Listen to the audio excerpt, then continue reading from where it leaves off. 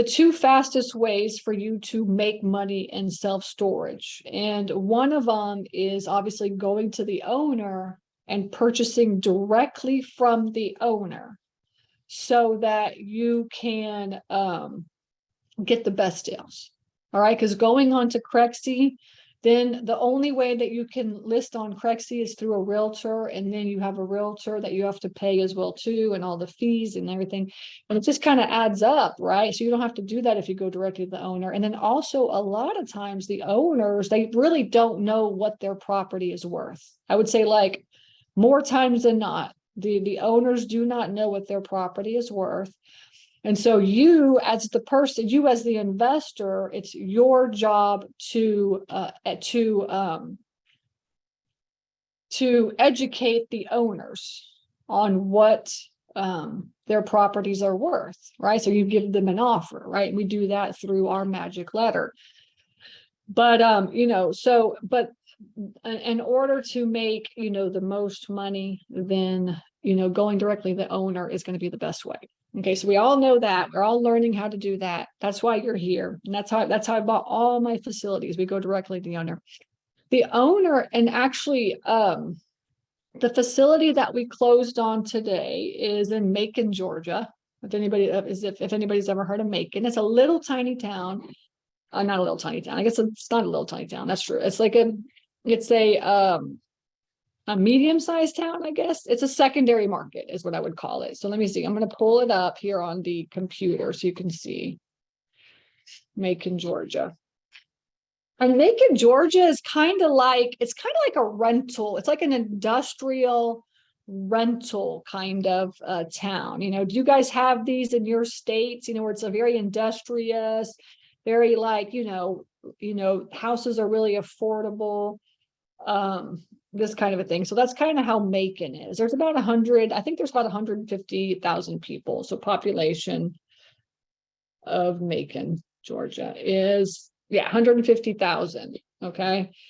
And probably more, you know, probably a little bit more now, but around 150,000 people. Okay. And this is where Macon is. All right. And we closed on a storage facility today. I'm really excited about it. And so I'll share with you how we're going to make money on this facility as well too. But one of the fastest ways is to go directly to the owner and then ask the owner if they're interested in selling, and then educate the owner, right? It's your job as the investor to educate the owner on what their property is worth. And you do that by using the magic letter. The magic letter, if you guys don't know yet, is basically just giving the owner several different offers, right? Giving them, you know, a whole bunch of different offers. Sometimes a cash offer, some owner financing offers, you know, bank financing offer. And you know, it's so funny because we had a lender that came on to our mastermind last week. And he was telling us a couple of other ways too, which I thought were great ways. And I was like, oh, I need to add these to the magic letter. And one of the ways he said, he's a lender that only works really in storage, like mostly does storage. And he said what he was seeing right now was two different things. One of them was called like lease to own. Right. So storage facility owners what they could lease their storage facility out to somebody else if they wanted to sell it.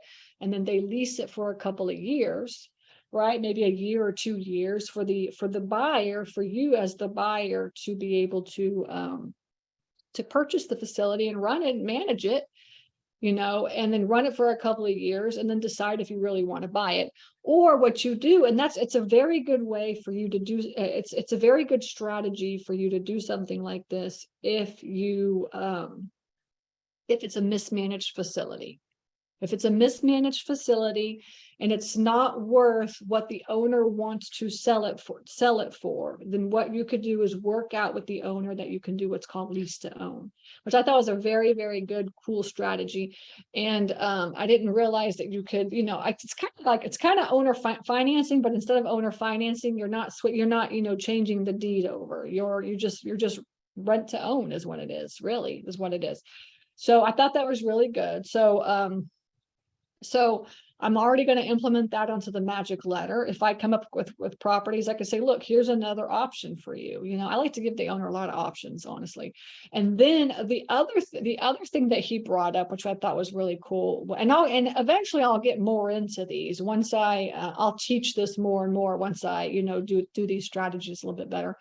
And then the other one that he said was to do the owner can do seller financing on on a second. So what would happen is that you go to the lender and the lender says, look, I'm only going to give you X amount of dollars. Like you have this thing, and actually I had a property that I probably could have used this for, and I didn't even think about this, but I had a property under contract for $1.5 million. And I went to the bank, and the bank told me that the property was only worth $1.2 million, and they would finance $1.2 million, but they would not offer finance the 1.5. So essentially what we could have done is we could have got a bank loan for the $1.2 million, and then the other $200,000 or $300,000 on the back end.